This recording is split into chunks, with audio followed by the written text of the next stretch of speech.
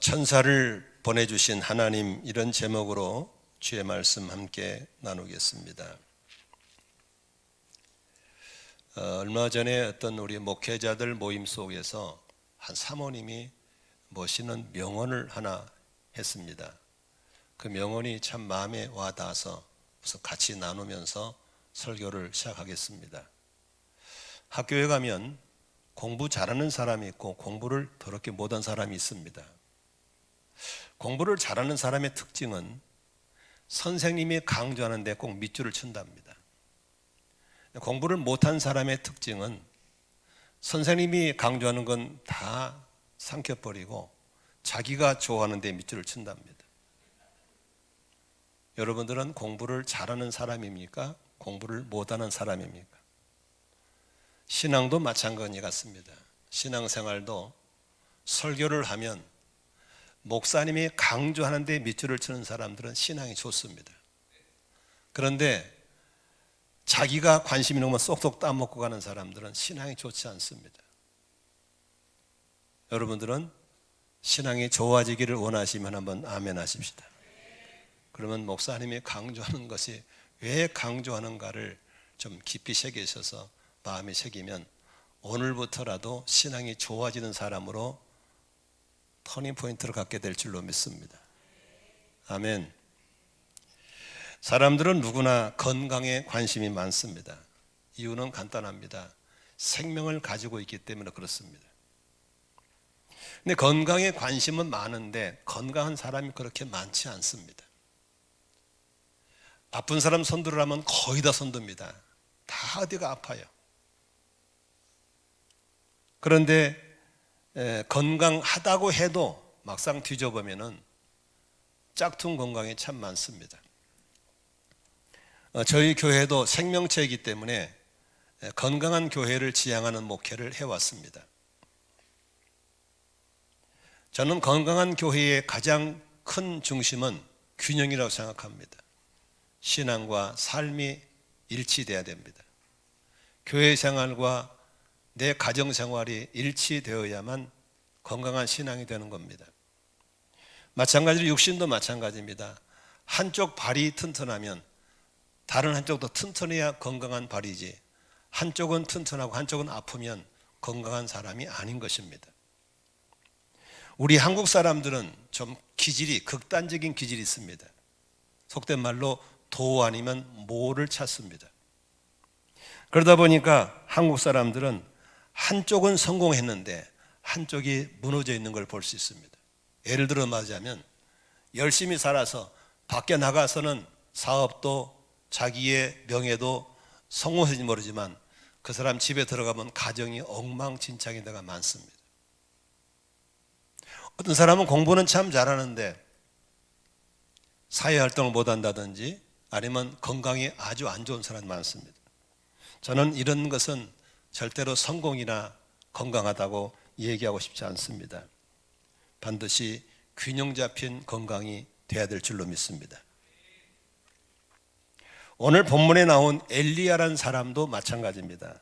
엘리야라는 사람도 이런 비슷한 모습을 보이고 있습니다. 한때는 아주 귀하게 쓰임 받았지만 자신을 잘못 관리해서 아주 비참한 모습을 보일 때도 있었습니다. 그러나 하나님은 그를 버리지 않고 천사를 보내셔서 그를 회복하고 귀하게 쓰임받는 걸 보여주고 있습니다. 오늘 이 엘리야라는 사람의 삶을 한번 추적해 보면서 그의 삶 속에 나타난 세 가지의 굴곡점을 찾아서 나를 좀 비춰보는 시간을 갖기를 바라고, 나는 이 엘리야의 삶과 말씀을 통해서 나는 어디 지점에 와 있는가, 나의 현주소를 찾기를 바라고, 그 굴곡점 하나하나에 하나님의 메시지가 있는데 그 메시지에 여러분들이 볼펜 줄을 칠 수 있기를 바랍니다. 그렇게 되면 그 메시지 속에서 다시 한번 회복의 길, 나아가는 출구를 찾게 되는 은혜의 시간이 될 줄로 믿으시기를 바랍니다. 첫 번째로 볼 수 있는 것은 엘리야의 삶 속에서 전성기가 있었습니다. 당시에 엘리야가 활동한 시절에는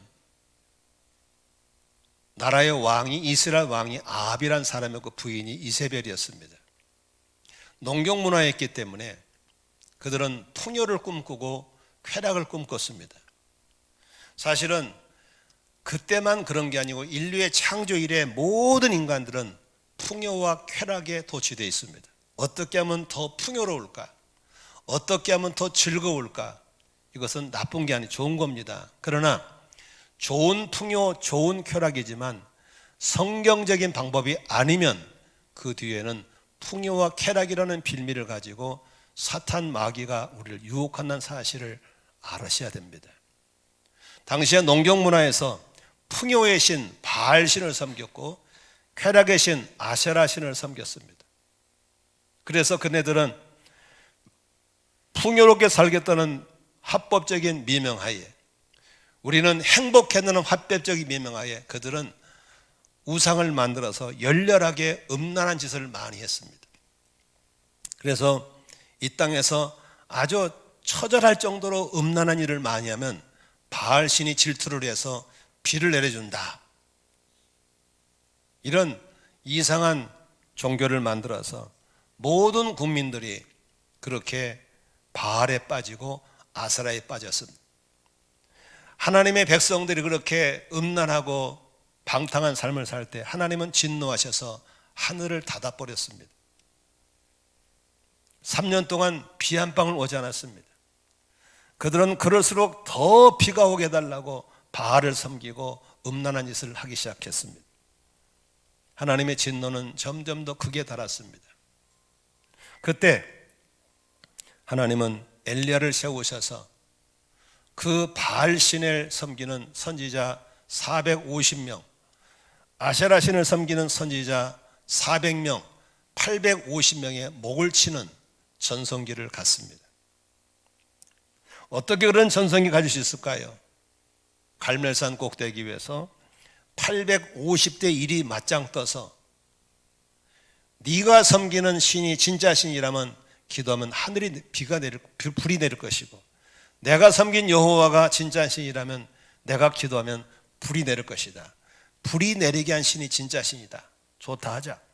그래서 바알과 아세라 섬기는 850명이 자기들의 의식대로 열심히 춤을 추고 음란한 짓을 하고 별짓 다 하면서 바알이여 바알이여 이곳에 불로 응답해달라고 기도했습니다. 한낮에 지나도 불은커녕 아무런 일도 일어나지 않았습니다.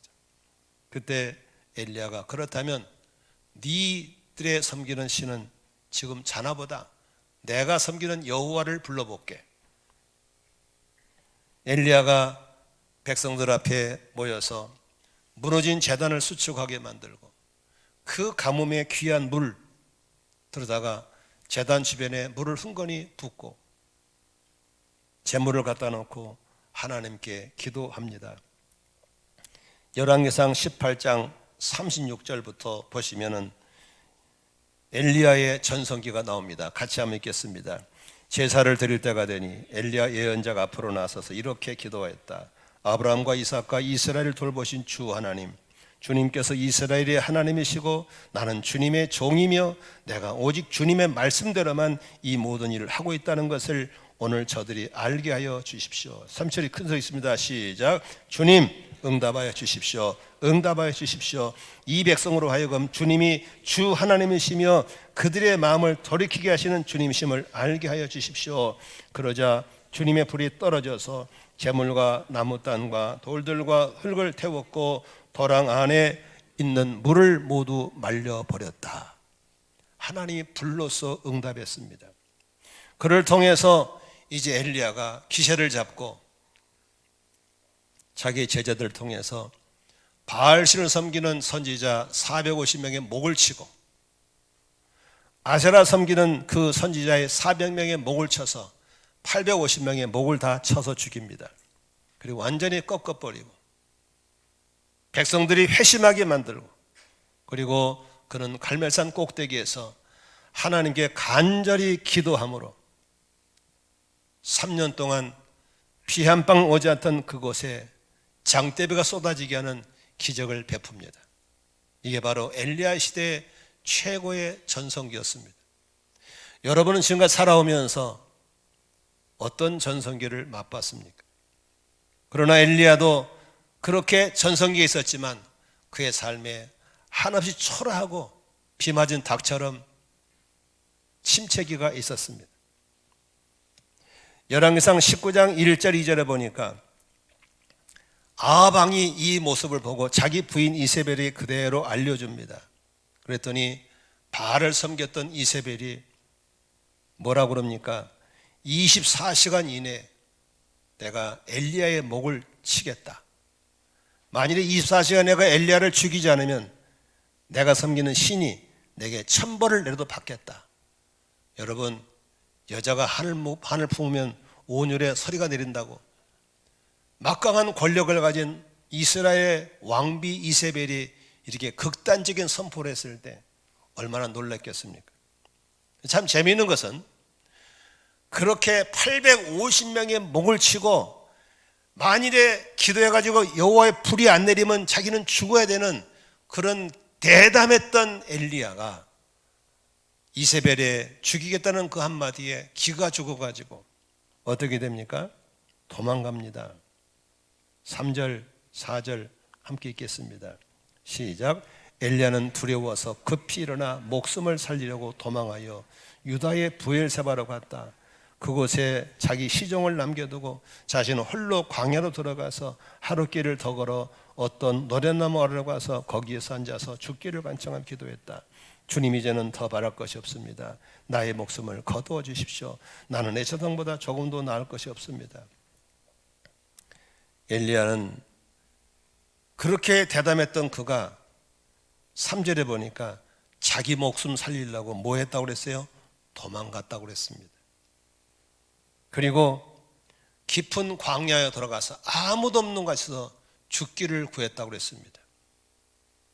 그리고 나는 못난이라고 자기 스스로를 비하하는 사람이 되어버렸습니다.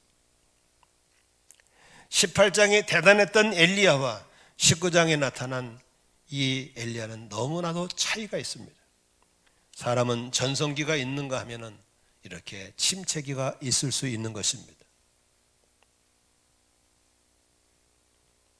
육체적인 피로를 누적되고 일만 보고 뛰다가 우울증에 걸리고 조울증에 걸리고 공황장애에 걸린 분들이 의외로 많습니다.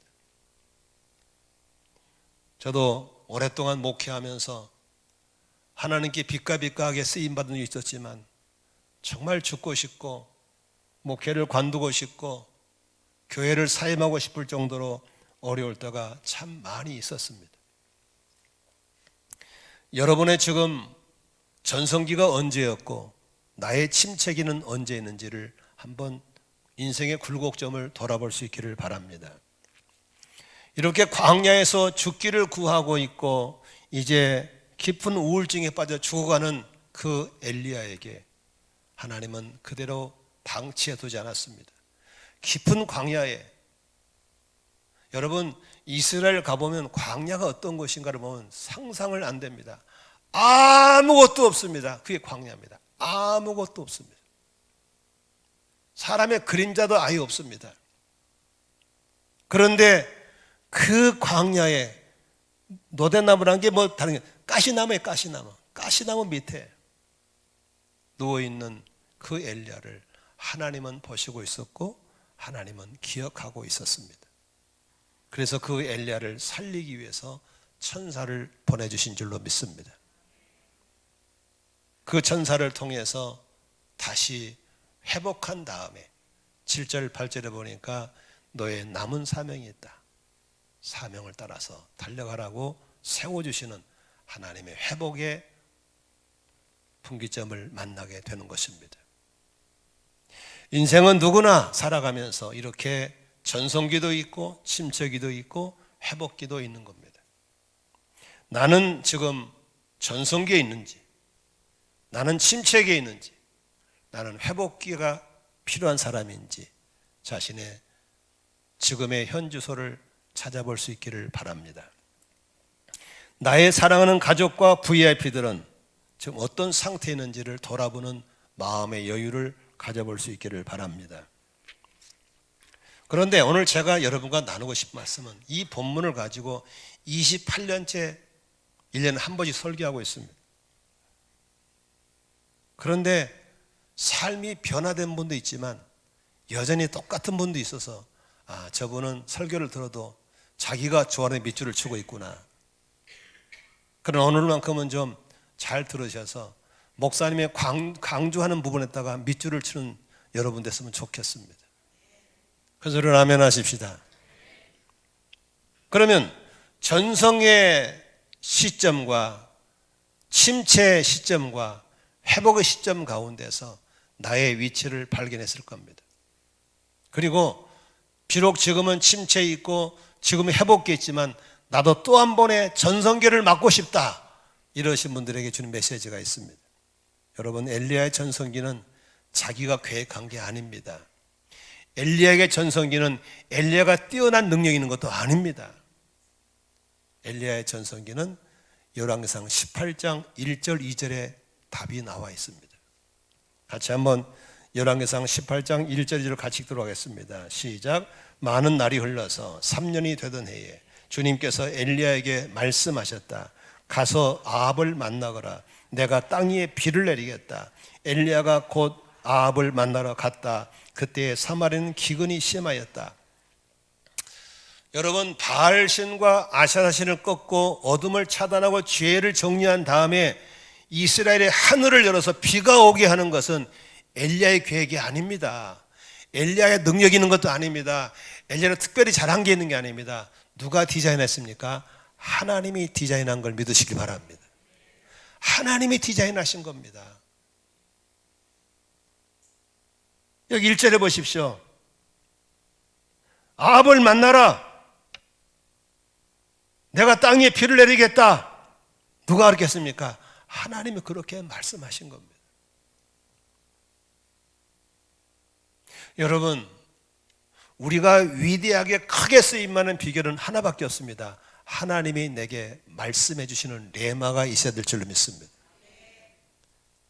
여러분, 설교를 왜 듣습니까? 레마를 들으려고 설교하는 겁니다. 성경을 왜 읽습니까? 성경이 뭐 사건을 많이 알아 성경 박사 되려고 아닙니다. 말씀하시는 하나님이 내게 말씀하시는 걸 듣는 시간이 되어야 될 줄로 믿습니다. 그 말씀이 나를 변화시키는 거예요.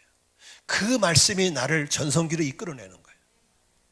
오늘도 여러분 성경을 읽다가 기도하다가 설교 듣다가 나를 향하신 레마의 말씀을 들을 수 있기를 주의 이름으로 축원합니다. 그런데 말씀 들었다고 전성기가 아닙니다. 오늘 18장 2절에 보니까 엘리야가 동그라미 치세요. 곧 어디로 갔어요? 아합을 만나러 갑니다. 하나님의 전성기는 레마의 말씀을 듣고 순종할 때 나오는 겁니다. 순종은 언제 하는 겁니까? 즉시 하는 겁니다. 순종은 어떻게 하는 겁니까? 기쁘게 하는 것입니다. 순종은 어떻게 하는 거예요? 온전히 하는 겁니다. 저는 이 말씀에서 주님께서 말씀하셨다와 엘리야가 곧 만나러 갔다, 이 두 키워드가 우리 성도들을 또 저를 앞으로 새로운 전성기로 이끌어갈 줄로 믿으시기를 바랍니다. 거기서 오는 겁니다. 많은 사람들이 하나님의 뜻을 묻지도 않고 순종도 않고 내가 이뤄보려고, 그건 다 바벨탑이에요. 그건 다 바벨탑입니다. 무너진 건 올라갈수록 무너질 수밖에 없습니다. 주님이 나 도저히 너 더 몰라? 내가 모릅니다. 우리 바벨탑 쌓지 말고 하나님의 말씀에 붙잡혀서 순종함으로 여러분의 인생의 최고의 전성기를 맞이할 수 있기를 주의 이름으로 축원합니다. 축원합니다. 모세가 무슨 능력이 있습니까? 공부를 많이 해서요? 아닙니다. 모세보다 뛰어난 석학자 많았습니다. 그러나 모세는 하나님의 말씀에 따라서 순종할 때 그가 들고 있는 지팡이가 능력의 지팡이 된 걸 믿으시길 바랍니다. 능력은 주님의 손에 있는 겁니다. 전성기는 내게 있는 게 아닙니다. 주님의 손에 있는 걸 믿으시길 바랍니다. 우리 사랑하는 교우 여러분, 우리 존경하는 목자 목녀 여러분, 여러분의 전성기가 있기를 바랍니다. 내 말을 붙잡아야 됩니다. 그리고 곧 순종하셔야 됩니다. 그때부터 엘리야의 전성기가 여러분의 전성기가 될 줄로 믿으시길 바랍니다.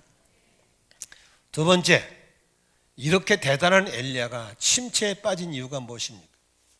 사람이 침체에 빠지면 비참합니다. 몰골이 말도 아닙니다. 꾀죄죄하죠. 우울증 걸렸죠. 죽고 싶죠. 그 아무도 광야에서 그렇게 화려했던 그의 뒷모습은 비참하게 서서히 죽어가고 있는 겁니다. 그런데 많은 사람들이 내 몰골이 왜 그래, 내가 왜 이리 됐을까에 대해서 원인을 못 찾으면 거기서 못 나오는 거예요. 내가 왜 침체에 빠졌는 걸 알아야 거기서 나오게 될 줄로 믿습니다. 못 나와요. 오늘 엘리야가 왜 침체에 빠졌습니까? 첫째, 욕심과 열심을 구별 못하는 침체에 빠집니다. 많은 사람들이 욕심인지 열심인지를 구별 못합니다. 따라하십시다. 열심히 하면 상을 받지만 욕심으로 하면 병을 만난다. 그런데 욕심과 열심을 구별하기가 참 어렵습니다. 나는 열심히 했는데 병 만났어. 욕심이었습니다. 욕심이 무서워서 또 아무것도 안 하다 보니까 또 게을러졌어요. 그러니 이게 얼마나 그런데 걱정할 거 없어요. 하나님은 좋으신 분이라 우리에게 어디까지 욕심이고 어디까지 열심인지를 구별할 수 있도록 우리에게 센서를 주셨어요. 참 멋있어요. 하나님 우리 몸을 너무너무 잘 만들었어요. 센서를 주셨어요. 센서.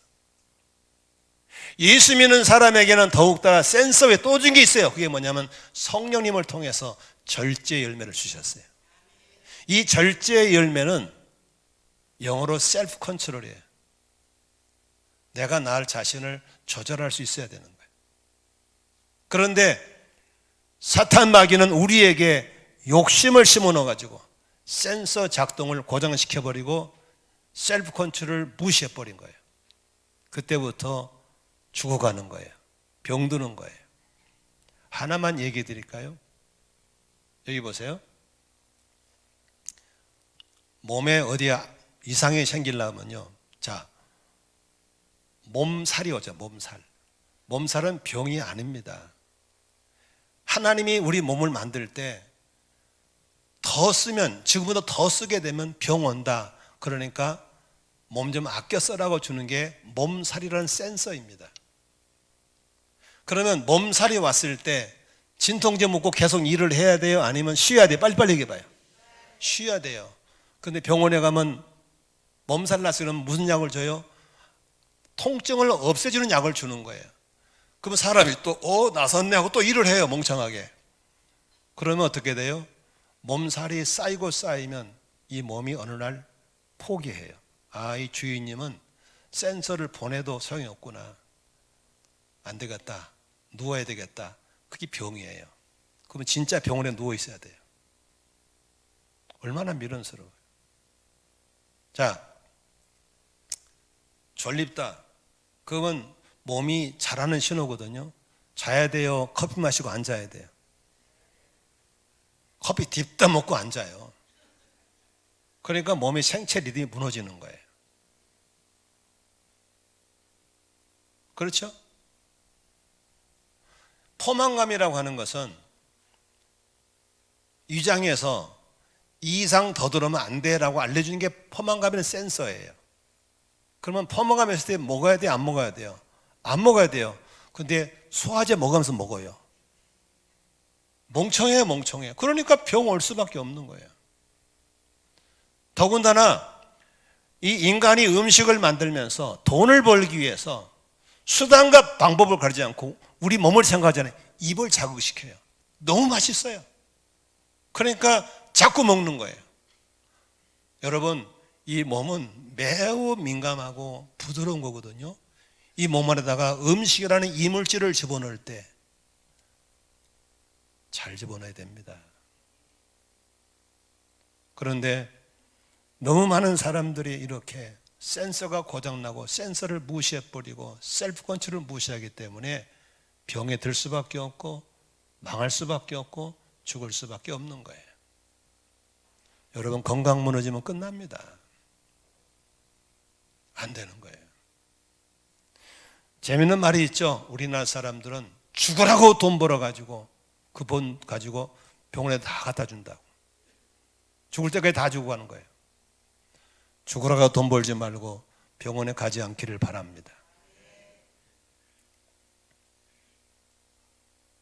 그런데 오늘 본문에 보면은 그렇게 침체에 빠진 엘리야를 하나님이 놔두지 않고 회복하십니다. 그런데 여기 보면 누가 회복합니까? 하나님이 보낸 천사가 하는 겁니다. 나는 여러분들에게 하나님이 보낸 천사가 있기를 바랍니다. 여러분도 천사의 손길로 쓰임받기를 축복합니다. 그런데 회복의 방법이 참 재미있어요. 회복하고 싶으신 분 밑줄을 치면 좋겠어요. 여기 보니까 19장 6절에 말이죠. 이렇게 써 있어요. 한번 볼까요? 읽어볼까요? 시작.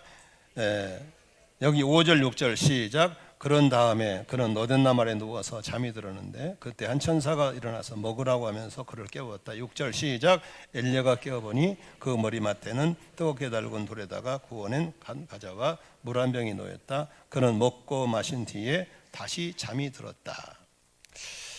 여기 보면요, 하나님이 회복하는 방법은 아주 간단합니다. 약이 아닙니다. 보약이 아닙니다. 여러분, 보약 좋은 거, 약 좋은 것은 회복의 5%도 안 됩니다. 가장 좋은 것은 좋은 음식 먹어야 됩니다. 신선한 음식 먹어야 됩니다. 몸에 맞는 음식 먹어야 될 줄로 믿습니다. 그 다음에 뭘 마세요? 비싼 음료 마시면 안 됩니다. 생수면 됩니다. 그 다음에 뭔지 아세요? 잠 자야 됩니다. 따라합시다.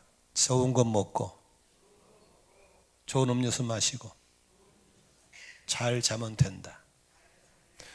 여러분, 회복에는 다른 게 없지 않습니다. 신선한 음식 먹고 깨끗한 물 먹고 그리고 숙면을 취하면 회복되게 되어 있습니다. 병원 가지 않아도 됩니다. 저는 요새 우리 젊은이들을 비롯해서 현대인들에게는 병이 올 수밖에 없습니다. 왜? 음식이 타락했어요. 적은 음식 먹으면 안 됩니다. 가능한 한 지금에서 사서 먹는 음식 좋지 않습니다. 대한민국은 매식이 너무 많습니다. 밖에 사 먹는 게 거의 문화가 되어버렸습니다. 커피, 탄산음료 막 들이키고 다닙니다. 거의 다 들고 다니는 게 유행이더만 이게 요새 뭐 이게 들고 다니는 게. 그것도 아이스 커피, 겨울에 이 우리나라 사람들은 체질이 그게 차가운 거면 안 됩니다. 그런데 차온 이 쪽쪽 빨고 다니는 게 유행입니다. 그리고 밤늦게 잡니다. 새벽 한두 시는 기본입니다. 그러니 하나님이 주신 몸을 그렇게 써버리니까 각종 질병에 노출되고 병원은 갈수록 부흥되고 망하는 겁니다. 성경을 믿는다면 이제 병원과 거리를 두고 밤문화와 거리를 두고 매식을 금지하고 집밥을 먹어야 되고 탄산음료 마시지 말고 깨끗한 생수를 마시고 새나라 어린이는 일찍 자고 일찍 일어납니다. 숙면을 취하시기를 바랍니다. 그러면 하나님은 우리 몸이 저절로 좋아지게 되어 있습니다. 이 말을 믿으시기를 바랍니다. 한번 해보시라니까요. 그냥 밤늦게 치킨 튀긴 거 먹고 밤늦게까지 눈 뻘개가 안 자고 있고 인터넷 서핑 돌아다니고 있고 일이 사르니까 몸이 다 망가지는 겁니다. 우리 몸은 하나님의 지으신 방법대로 살아야 될 줄로 믿습니다. 다른 게 없어요. 자동차를 타시면 하겠지만 그 자동차는 자동차를 만드신 분의 뜻대로 써야만 잘 쓰는 겁니다. 제 차라고 함부로 밟아버리고 달려버리면 오래 못 쓰고 폐차됩니다. 그러나 잘 쓰면 차는 오래 쓸 수 있는 것입니다. 저도 먹고 싶은 게 있고 더 먹고 싶을 때 있죠.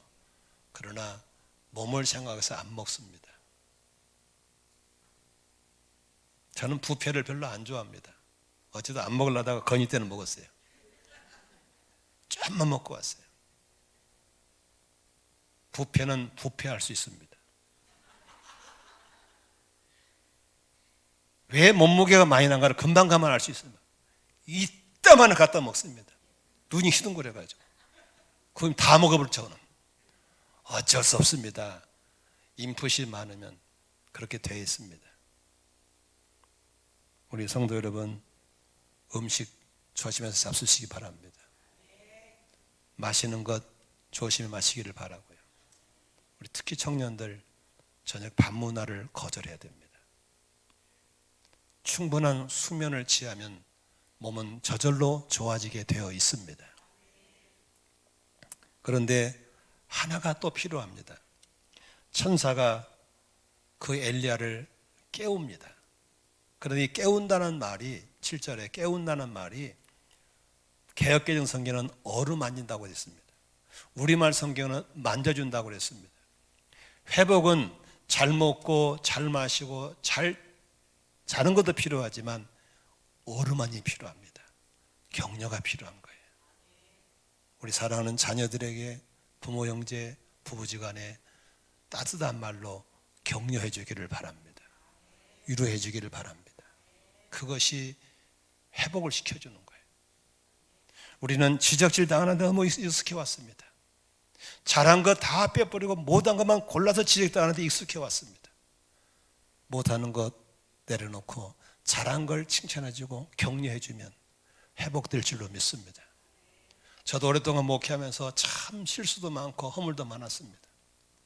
그러나 우리 장로님들, 집사님, 권사님들이 저의 잘못을 지적을 하지 않고 가끔 잘하면 그거 잘한다고 칭찬해주고 격려해줄 때 이렇게 일어나서 올 수가 있었습니다. 우리 목장 모임에서도 마찬가지고 가정에서도 마찬가지고 우리 VIP를 만나서도 칭찬해주고 어루만져주고 격려해주면서 우리 회복의 천사들 되시기를 주의 이름으로 축원합니다. 우리는 그동안에 28년째 선교사들에게 따뜻한 떡을 보냈고 마실 물을 보냈고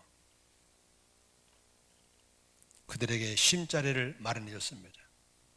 부목사 사택은 없어도 선교사들 쉬었다 갈 수 있는 집을 마련해서 지금 24년째 선교사 집 운영하고 있습니다.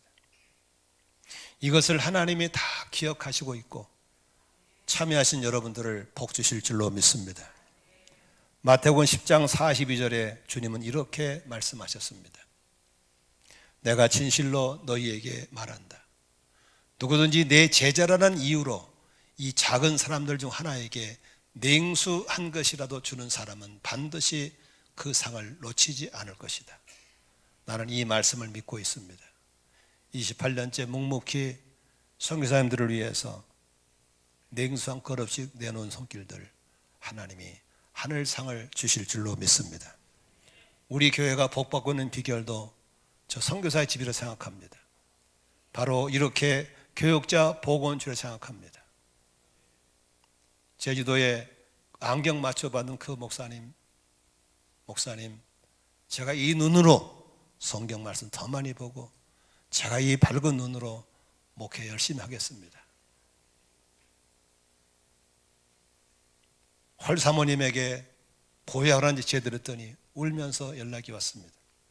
목사님, 우리 남편 목회하다가 비참하게 죽고 나니까 하나님도 교인도 다 떠나고 나만 혼자 있는 줄 알았더니 이렇게 보약 한 재를 가지고 나를 찾아오셨군요.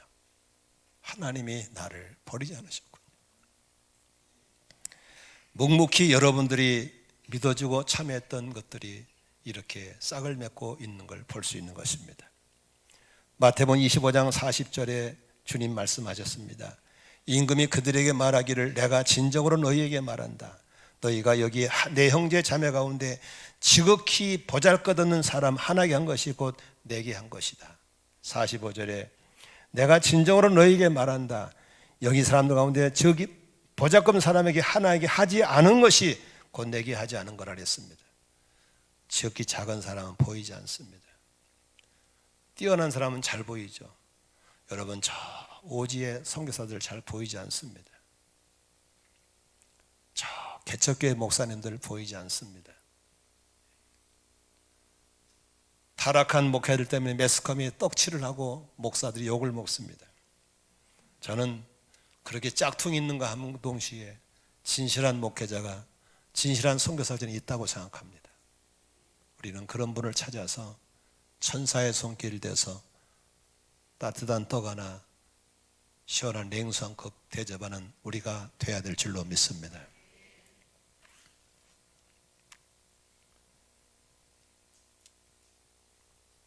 며칠 전에도, 지난주군요, 얼마 전에 저희 선교를 다녀간 송 선교사님 분이 계셨습니다. 송규경 선교사, 탄자니아에서 사역하시는 분인데, 그분은 평신도로 있다가 뒤늦게 선교 나가신 분인데, 사모님 오 선교사님이 간이 나빠서 간 경화가 심하고 그대로 놔두면 간암으로 발전할 수밖에 없는 상황이고 의사들이 절대로 출국하면 안 된다고, 그래서 저한테 찾아왔습니다. 그래서 제가 간 해독을 위해서 커피 관장을 소개했습니다. 바로 그 다음날 시작하더라고요. 그런데 한 달 하다가 일이 급하다고 다시 들어갔습니다. 연락이 왔습니다. 커피 관장을 해보니까 간 수치가 좋아지고 의사가 깜짝 놀랄 만큼 피가 좋아지고 있다고. 그런데 중요한 건 커피가 없다는 겁니다. 거기는 커피를 볶았으니까 안 된다는 겁니다. 그러니 한국에서 커피를 구할 수 없냐는 겁니다. 탄자니아가 어딘데. 그러나 그 안타까움 때문에 백방을 수소문해서 저희 교회에서 커피를 많이 구입했습니다. 그리고 백방을 뒤져서 굿피플이라는 NGO 단체를 통해서 커피를 보내게 됐습니다. 이번 주 목요일 날 탄자니아 들어갑니다. 여러분, 그 선교사님이 너무너무 감동을 먹는 겁니다. 어떻게 이렇게 하소연했는데 한국에 있는 그 약이 거기에 올 수가 있습니까? 우리 여러분들이 지도해주고 이렇게 착한 일을 하겠다는 마음의 결단을 가지면 얼마든지 우리는 천사의 손길로 쓰임받게 될 줄로 믿으시기를 바랍니다. 아멘. 오늘 설교를 좀 마무리하고 싶습니다. 그러기 위해서는 7절과 8절이 우리는 꼭 봐야 됩니다. 7절을 한번 보십시다. 특히 침체와 회복에 계신 분들은 7절을 꼭 읽으십시오. 같이 읽겠습니다. 주님의 천사가 두 번째 와서 그를 깨우면서 말하였다. 일어나서 먹어라. 갈 길이 아직도 많이 남았다. 엘리야는 일어나서 먹고 마셨다. 그 음식을 먹고 힘을 얻어서 밤낮 40일 동안을 걸어 하나님의 산인 호렙산에 도착하였다. 밑줄 한번 치시겠어요? 7절에 일어나서 먹어라. 갈 길이 아직도 많이 남았다. 우리가 침체에 앉아있으면 안 됩니다. 일어나야 할 이유가 있는 겁니다. 그게 무엇입니까? 갈 길이 아직도 많이 남았다입니다.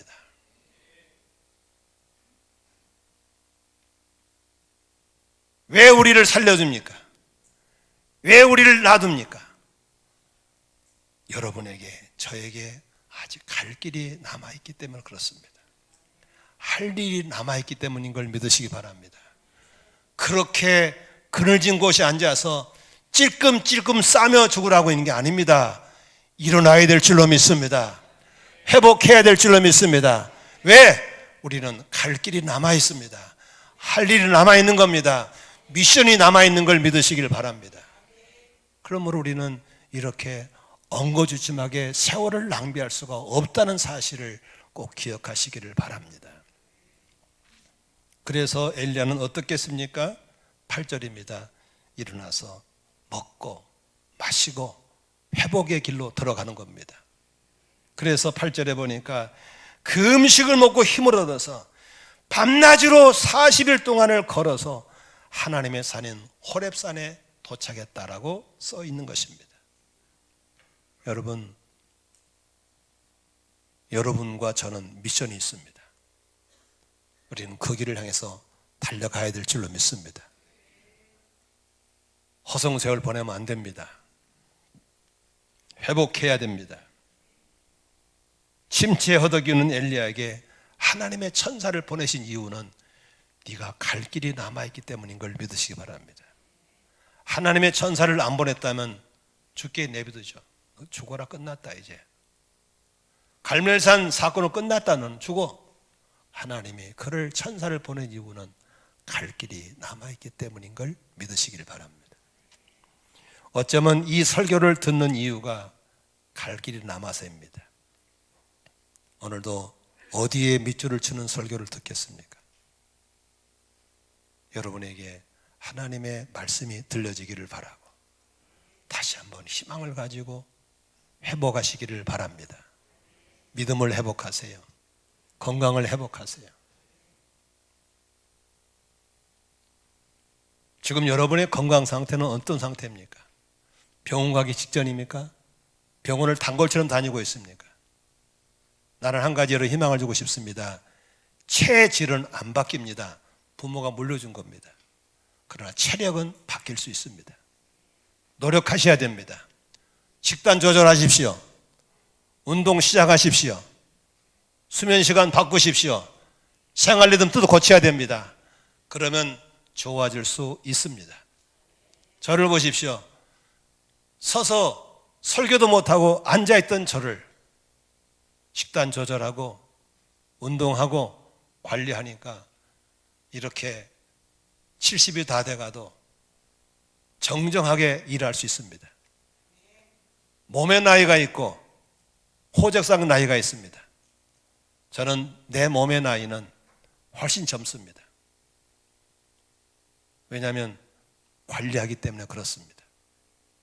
저도 먹는 거 좋아합니다. 먹으면 80kg 금방 넘어갑니다. 저희 집의 식구들 7남매 다, 특히 우리 집 딸내미들은 70kg 다 이상입니다. 내 동생 96kg입니다. 뼈대 있는 집안입니다. 그러나 나는 내가 병들면 나도 비참하지만 우리 아내, 자녀들, 교우들, 하나님 영광 다 무너집니다. 기를 쓰고 조절합니다. 기를수록 마시는 거 조심합니다. 반드시 운동합니다. 하루에 8,000보 반드시 넘깁니다. 350칼로리 반드시 태웁니다. 왜냐하면 나는 하나님의 영광을 위해 달려갈 사람이기 때문에 그렇습니다. 우리 모두 성도 여러분, 건강하셔야 됩니다. 아픈 건 자랑이 아닙니다. 부모가 물려준 건강을 잘못 관리하는 건 부끄러운 일이지.